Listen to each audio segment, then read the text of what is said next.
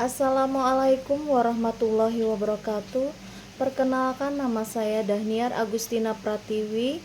Saya mahasiswa Universitas Terbuka UPBJJ UT Bandar Lampung dengan nomor induk mahasiswa 501193107, mata kuliah Studi Komparatif Pendidikan Dasar di berbagai negara.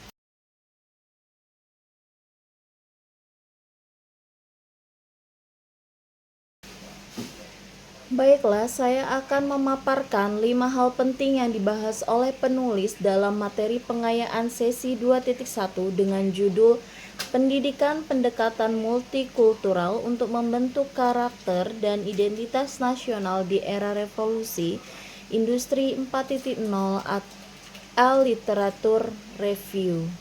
Yang pertama adalah pendahuluan, bahwa konflik antar masyarakat baik pribadi maupun golongan yang telah banyak ditemukan dalam kehidupan masyarakat, yaitu tentang diskriminasi dan radikalisme. Kemudian jika dalam pendidikan di sekolah adalah bullying atau kekerasan dalam antar siswa di sekolah. Ketidaktahuan dan ketidakpahaman mengenai multikulturalisme inilah yang nantinya akan menyebabkan diskriminasi pada golongan tertentu. Lalu dalam melakukan pendekatan dalam pendidikan multikultural, perlu adanya nilai-nilai dan karakter yang mencerminkan identitas bangsa agar seiring dengan kemajuan teknologi, kearifan lokal dan rasa dan jiwa nasionalis tetap terjaga dan tidak memudar seiringnya waktu. Maka dalam pendidikan di sekolah perlu adanya penanaman siswa yang berprofil Pancasila, sehingga mereka tidak akan melakukan hal-hal yang dapat memecah persatuan Indonesia. Kemudian tidak akan adanya diskriminasi yang ada di sekolah, dan siswa kita akan saling menghargai dan menghormati satu sama lain. Dan kita juga harus menjunjung tinggi adanya semboyan Bhinneka Tunggal Ika, di mana kita adalah satu dan tidak akan terpecah belah. Kita berbeda-beda tetap satu jua. Jadi penanaman dari profil pelajar Pancasila, kemudian juga adanya semboyan Bhinneka Tunggal Ika yang harus ditanamkan di pribadi masing-masing siswa. Yang kedua adalah tinjauan pustaka. Nah, di sini saya melihat adanya definisi-definisi dari definisi-definisi yang dipaparkan oleh para ahli tentang multikultural. Yang pertama adalah dari menurut Banks, tujuan dari gerakan multikultural untuk membantu individu memahami diri sendiri secara mendalam, membekali peserta didik pengetahuan mengenai etnis dan budaya lain-lain, mengurangi derita dan diskriminasi ras, warna kulit, dan budaya, serta membantu peserta didik menguasai kemampuan dasar membaca, menulis, dan berhitung. Nah, dari sini saya melihat bahwa keseharian saya juga memiliki kendala bahwa siswa saya ini terdapat siswa yang tidak bisa membaca. Nah, disinilah terjadinya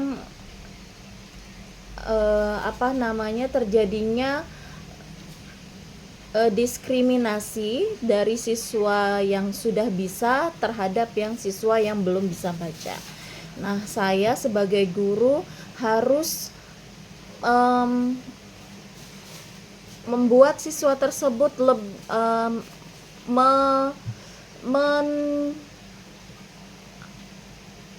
memberikan kebutuhan yang sesuai dengan siswa tersebut sehingga dia memiliki kemajuan yang mungkin tidak lebih dari siswa yang telah bisa, tetapi setidaknya dia sudah memahami cara membaca dari 2 suku kata, kemudian 3 suku kata, kemudian 4 suku kata. Dan kemajuan itu sendiri bisa kita lihat, dia bisa menulis dan berhitung, dan dia dapat menulis namanya sendiri. Itu adalah suatu kemajuan. Kemudian metode yang dilakukan oleh penulis adalah metode penelitian dengan kualitatif dan pendekatan kepustakaan. Di sini penulis mencari tema yang berhubungan dengan human development and education, lalu menemukan bahwa tema mengenai pendidikan multikultural yang penting untuk diulas, mengingat bahwa saat itu isu multikulturalisme sedang relevan dan banyak terjadi di Indonesia. Kemudian hasil dan pembahasan penulis di revolusi industri 4.0 yang terjadi secara global memiliki banyak dampak positifnya, seperti semakin canggihnya teknologi dan pesatnya di digitalisasi yang terjadi di berbagai belahan dunia, termasuk di Indonesia. Nah, bahwa kita saat ini dihadapkan dengan digitalisasi yang mau tidak mau kita harus menguasai kompetensi guru yang berbasis teknologi, bahwa kita harus mengikuti zaman yang sekarang, zaman era digital, sehingga kita tidak monoton terhadap pembelajaran yang ada di dalam kelas.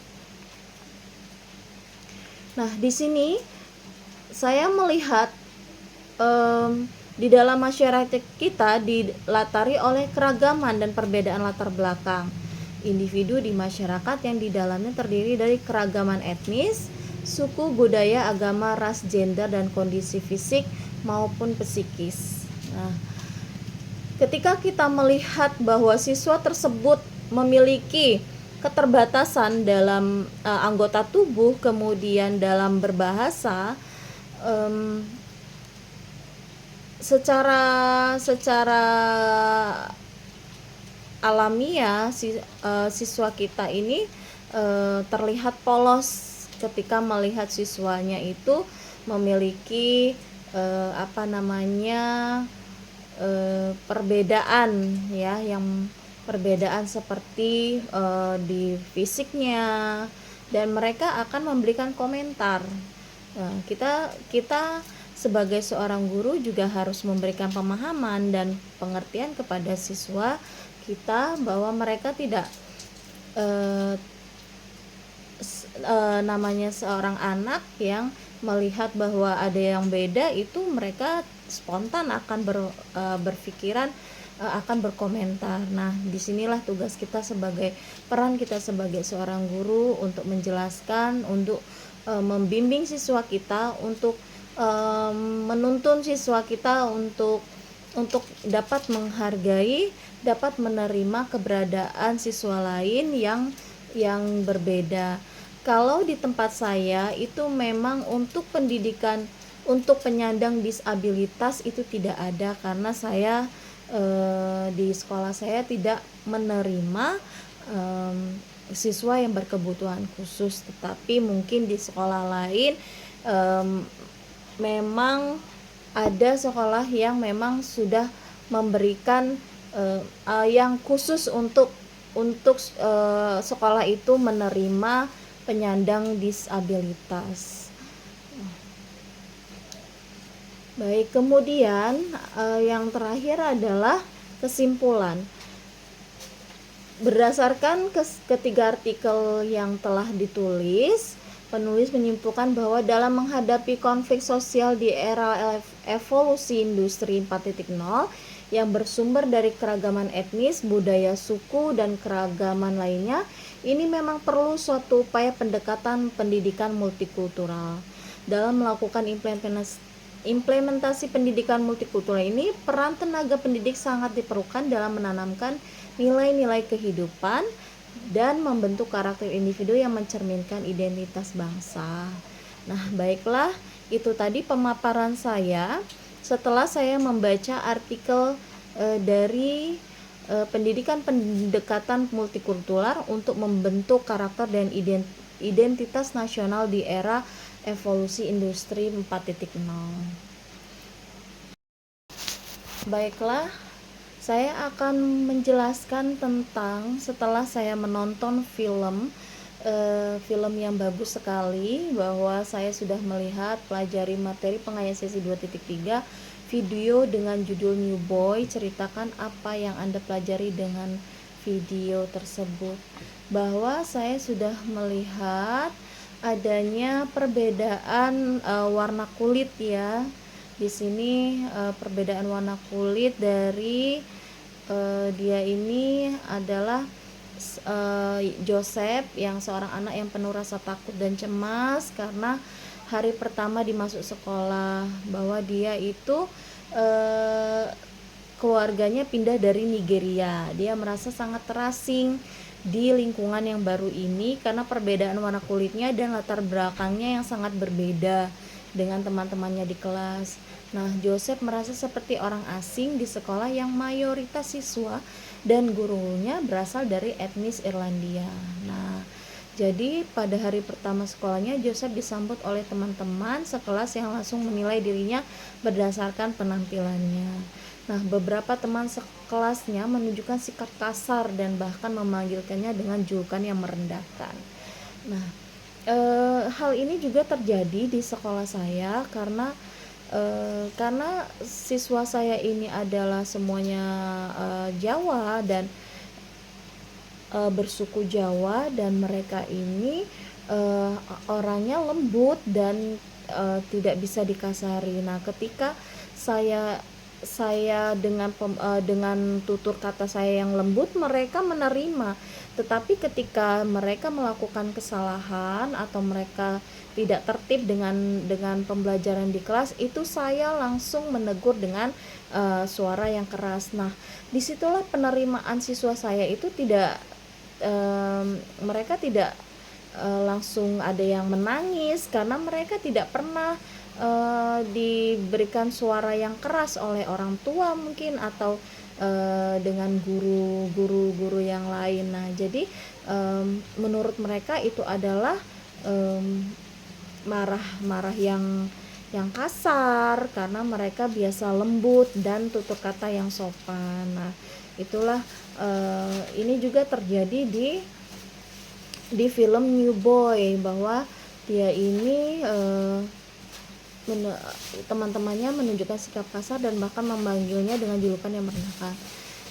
Namun di sini bahwa guru yang berusaha membuatnya merasa diterima meskipun sikap teman-teman Joseph membuatnya semakin sulit untuk beradaptasi.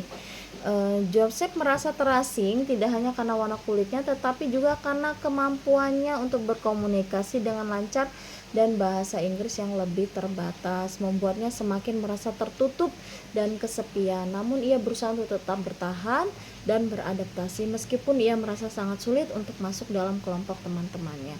Nah, di sini maknanya adalah bahwa cerita ini sering digunakan dalam pendidikan inklusif untuk mengajarkan siswa tentang pentingnya toleransi, empati, dan penerimaan terhadap perbedaan. Ini juga bisa digunakan untuk memicu diskusi mengenai sikap diskriminatif di sekolah dan bagaimana kita bisa menciptakan lingkungan yang lebih inklusif dan mendukung bagi semua siswa, termasuk mereka yang baru pindah atau berasal dari latar belakang yang berbeda.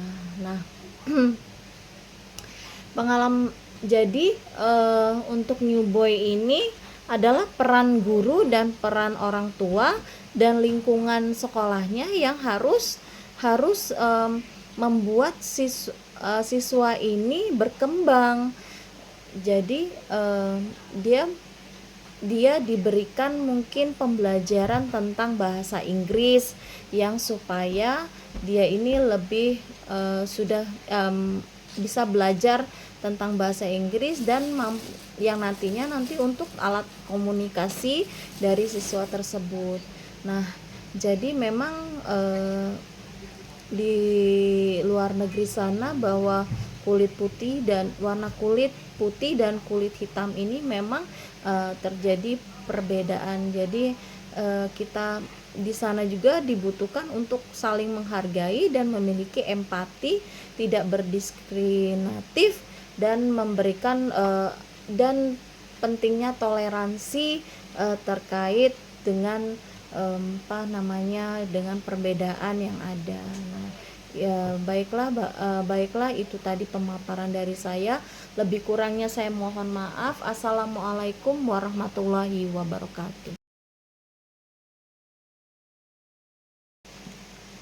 Baiklah, saya akan memaparkan tentang pengalaman yang setelah saya jalani baik di sekolah saya sendiri atau di sekolah wilayah saya bekerja mengenai kegiatan dan program pendidikan multikultural. Kemudian saya akan menjelaskan langkah-langkah konkret yang akan saya ambil untuk menciptakan lingkungan kelas atau sekolah atau wilayah yang bersifat multikultural dan mendukung perkembangan sosial serta akademis semua siswa.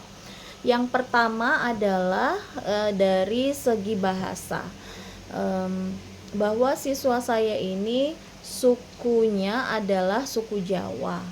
Nah, sedangkan saya sendiri yang baru masuk di sekolah saya yang baru itu saya tidak mengerti sama sekali tentang bahasa yang mereka gunakan, baik di lingkungan guru, baik juga di lingkungan siswa saya. Jadi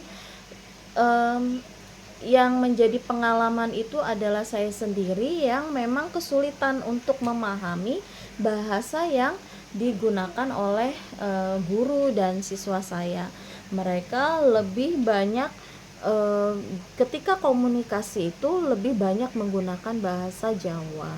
Nah, terkadang saya juga ingin mengetahui bahwa apa sih yang sedang dibicarakan terkait ketika mereka itu berbicara. Jadi saya juga ingin tahu gitu. Jadi saya berusaha untuk berkomentar, untuk membuka komunikasi itu bahwa Bapak Ibu, ini saya tidak bisa bahasa Jawa, jadi saya mohon untuk kita berkomunikasi dengan bahasa Indonesia. Jadi pendekatan itu sendiri kita jadi ketika mereka jadi mereka tahu bahwa ada guru kita yang memang tidak paham dengan bahasa mereka. Jadi mereka berusaha untuk mengikuti apa yang sudah kita sarankan untuk kita berkomunikasi dengan bahasa Indonesia. Nah, yang kedua adalah tentang akademis siswa. Jadi saya tahu bahwa siswa saya ini sekitar ada 14 orang memang memiliki karakter yang berbeda-beda. Kemudian bagaimana saya sebagai seorang guru melakukan asesmen diagnostik sebagai bahan saya untuk memahami dari segi ekonomi, kemudian kesukaan siswa, kemudian gaya belajar siswa saya harus paham, kemudian juga apa sih kebutuhan siswa saya ini. Nah, ternyata setelah saya melakukan pengamatan terhadap siswa saya, bahwa ada siswa saya itu yang tidak bisa baca sama sekali. Nah, inilah keterbatasan siswa yang tidak bisa membaca, berhitung dan menulis. Itu saya menemukan. Nah, apa sih yang menjadi langkah konkret yang akan saya ambil menciptakan lingkungan kelas. Nah, sehingga seperti ini. Jadi siswa saya itu merasa minder terhadap teman-teman yang lain, sehingga dia menutup diri, kemudian tidak mau bergabung ketika pembelajaran telah selesai. Nah, tetapi saya sebagai seorang guru harus membuat siswa ini diterima di siswa yang lain. Nah, saya berusaha untuk melakukan metode secara terus menerus. Itu metode melaksanakan tugas dengan secara berkelompok. Nah, dengan berkelompok itu dia akan siswa lain akan juga paham dengan keterbatasan siswa ini, tetapi dia meskipun akademis dia tidak bisa mengikuti, tetapi dia bisa diterima di lingkungan siswa lain gitu. Jadi yang pertama yang harus kita rubah adalah kita sebagai seorang guru harus menentukan metode apa yang tepat untuk kita merangkul semua siswa di dalam kelas. Nah, kemudian kebutuhan siswa ini apa saja yang harus langkah-langkah apa saja yang harus kita ambil supaya siswa ini selangkah lebih maju dari yang diri dia sendiri yang belum bisa. Nah, setelah setelah 1 semester ini saya pegang, anak ini sudah paham dengan huruf, kemudian dia bisa menulis namanya sendiri, kemudian dia merasa sekarang bergaul dengan teman-temannya dia tidak canggung atau minder. Nah, itulah. Kemudian secara agama memang ketika agama memang di tempat saya, di kelas saya ada 2, jadi agama Islam dan agama Kristen. Nah, di sini saya mengajarkan tentang toleransi. Nah, ada baiknya kita sebagai seorang guru memberikan toleransi. Jadi ketika ketika kegiatan keagamaan di sekolah, agama lain yang siswa lain boleh ikut. Jadi ketika kemarin buka bersama, itu agama lain juga hadir untuk mengikuti kegiatan keagamaan kita.